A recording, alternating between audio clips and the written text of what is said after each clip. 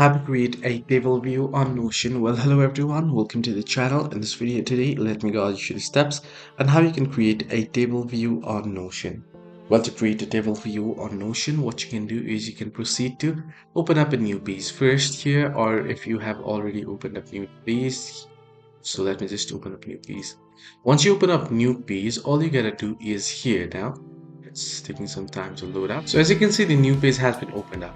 Tap on the three dots towards the top right here, and then you'll get various options here as you can see.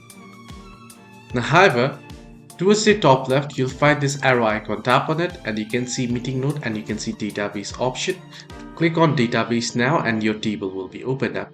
So here now, if you do not get a table view, you can tap on the table option here, or you can tap on the settings icon here, click on it, and then click on layout, and you want to set it to table option if it is on something else. Hope this video helped you. Do like and subscribe.